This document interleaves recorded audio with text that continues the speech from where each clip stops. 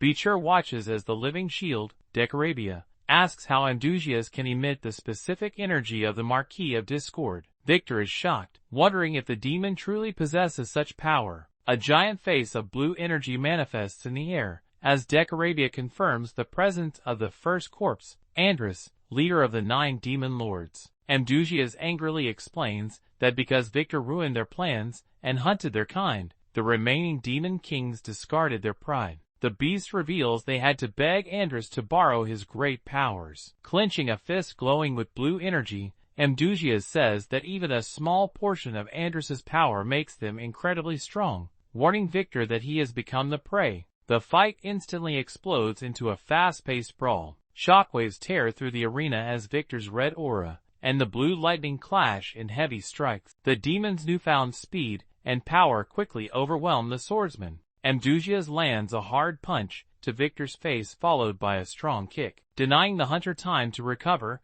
Amdusias leaps into the sky, gathering blue energy in his raised fists. Glaring down at his target, the monster slams into the ground with immense force, shattering the earth and creating a large crater while using the debris as cover. Vicir moves through the destruction, silently appearing behind the giant demon with his red eye glowing. Victor channels his aura to prepare a desperate counterattack, unleashing a wide slash of red energy to cut the demon while dodging its reach. However, the power gap is too significant. Amdusias evades the blade completely and moves with incredible speed, reappearing behind Victor and mocking his slowness. The giant demon charges the glowing crystal on its head, preparing a massive attack while shouting at the Night Hound. With a brutal strike, he fires a blast of blue energy that sends Victor crashing into the stone ground. Standing over the debris, Amdusias admits there are limits to how long he can use this borrowed power, but confidently states his body is strong enough to easily destroy a sword master.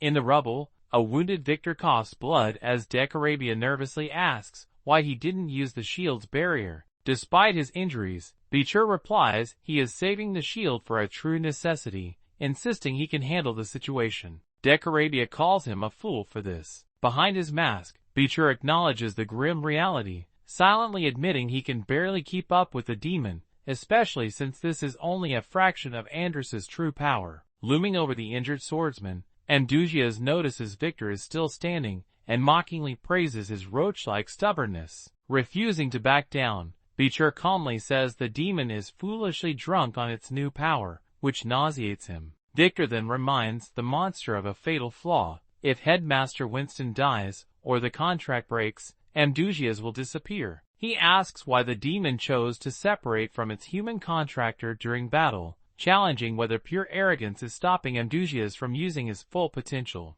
Amdusias acknowledges that the swordsman knows Decorabia's shield remains loyal to its master. The demon explains he left his human contractor alone because he trusts him, not as a human, but because of his terrible rage against the world. Amdusias reveals he gave his power to Winston because the headmaster truly desires the world's downfall. The glowing purple heart in Winston's chest is revealed to be the Tree of Falling, the trigger to fully activate the demon's powers. Vicir is caught off guard, sweating as he realizes the dangerous item is in Winston's hands. Flashing a cruel grin, Amdusias admits he set this up to watch humans destroy each other, claiming it would be a shame to miss the show. Meanwhile, Dolores stands frozen in horror as Victor calls her name. She stares in disbelief at the mutated, crystal-covered man on the ground, asking if he is truly her father. As she reaches for him, her father's eyes widen in absolute terror. He scrambles backward, screaming in fear and begging not to be hit, frantically promising to obey any command.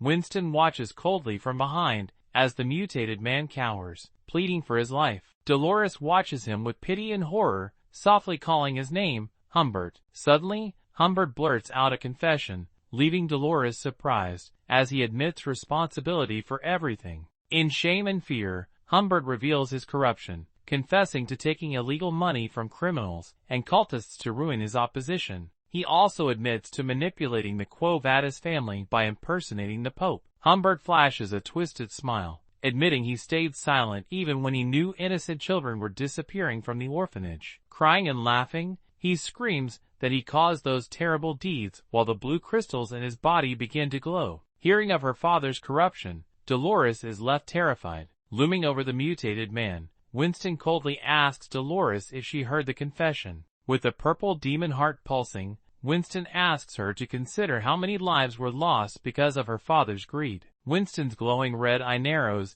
as he grimly states the sacrifices have not stopped. Humbert, modified like the other criminals, will soon explode. Meanwhile, Bianca, Sancho, and Piggy sprint across the ruined stadium to escape the imminent blast. Nearby, one of the Baskerville triplets runs while carrying young Marion. The explosion threatens to destroy the stadium and the surrounding region. Winston places his hand over the Purple Heart, declaring he will carry out his own version of justice through this destruction. As Humbert screams, Winston asks Dolores if she can still forgive her father, challenging her to see if a monster can be redeemed. Overwhelmed, Dolores stands silent with her eyes hidden in shadows. Breaking her silence, she answers Winston's test with a single denial. Winston is initially surprised, but assumes she is rejecting her father. However, he is shocked when Dolores is suddenly surrounded by bright golden light, reaching out with compassion. She says that while she doesn't know his past trauma, she believes he still has a chance to choose the right path. With glowing eyes, Dolores clasps her hands in prayer and unleashes a massive dome of holy energy. She shields herself and her father within the golden barrier, bravely shouting for Winston to run.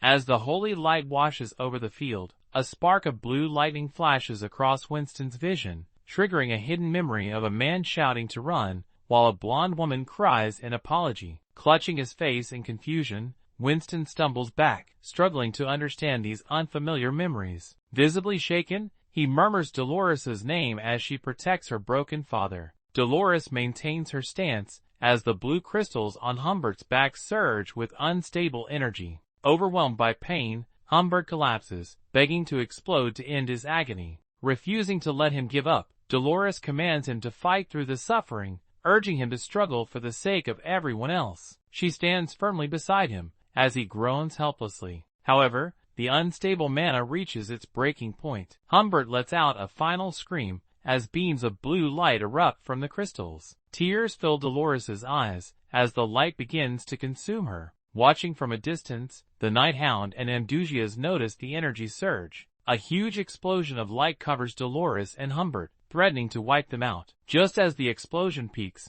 a mysterious figure using a walking cane steps into the light. Dolores looks up in surprise to see the Pope.